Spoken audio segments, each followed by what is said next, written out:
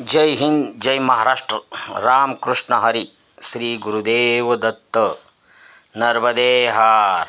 हे बघा, आम्ही नर्मदा परिक्रमा करत आहे पा. आणि नर्मदा परिक्रमा करताना बघा, आता मला पहिला गजानन महाराज आश्रम, जोग महाराज आश्रम आणि आता बिमलेश्वर इथं श्री संत जगद्गुरू तुकाराम महाराज आश्रम, असे बरेचसे संत मंडळींचे आश्रम बघा ह्या नर्मदा मैया किनारी आहेत पा. तर खरोखर म्हणजे एक महाराष्ट्राची एक शान आहे बघा. तर इथं प्रत्येक महाराष्ट्रीयन पदचारीवाला परिक्रमेवासी इथं थांबतात बघा. तर आम्ही आता पाठीमागं जोग महाराज आश्रमावर थांबलो होतो. तर आता आम्हाला पुढं समुद्र पार करायचं आहे. त्याकरता आपल्या ह्या आश्रमाला भेट दिली बघा बाहेरनंच. तर खरोखर आश्रम म्हणजे सुंदर असा आश्रम आहे बघा. इथं भव्य अशी जागा आहे, निसर्गरम्य वातावरणात आश्रम आहे बघा मैयाच्या किनारी. तर ह्या आश्रमात संपूर्ण सोयीसुविधा उपलब्ध आहेत.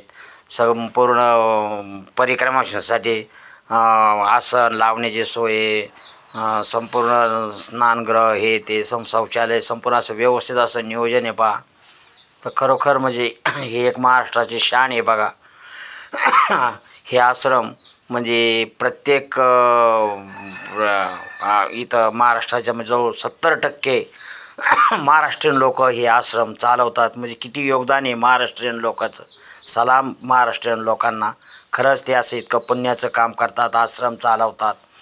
विमलेश्वरला पण पुढं आश्रम आहे पहा. तिथं पण एक महाराष्ट्रीयन तुकाराम महाराजांच्या संस्थेचे सेवक आहेत, ते आश्रम चालवतात बघा. इथं किती अगदी सुंदर असं इथं आरती हे ते होतं बघा. इथं देवघर आहे बघा या आश्रमामध्ये.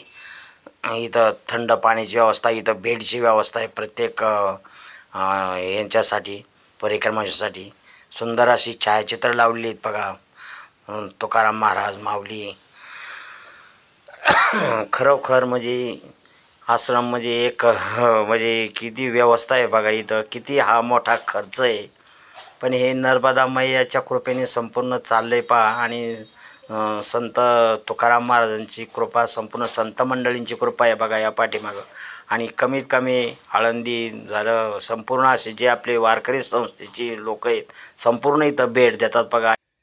अवधूत चिंतन श्री गुरुदेव दत्त. नर्मदे हर, नर्मदे हर. अवधूत चिंतन श्री गुरुदेव दत्त.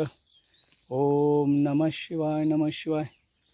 आज निर्जला एकादशी निमित्त आज या ठिकाणी आपल्या कुंडावरती छोटीशी पूजा केली. त्याचं सर्व परिक्रमावासियांना दर्शन. नर्मदे हर, नर्मदे हर. औदुंबराचं आणि शिवलिंगचं दर्शन, कुंडाचं दर्शन.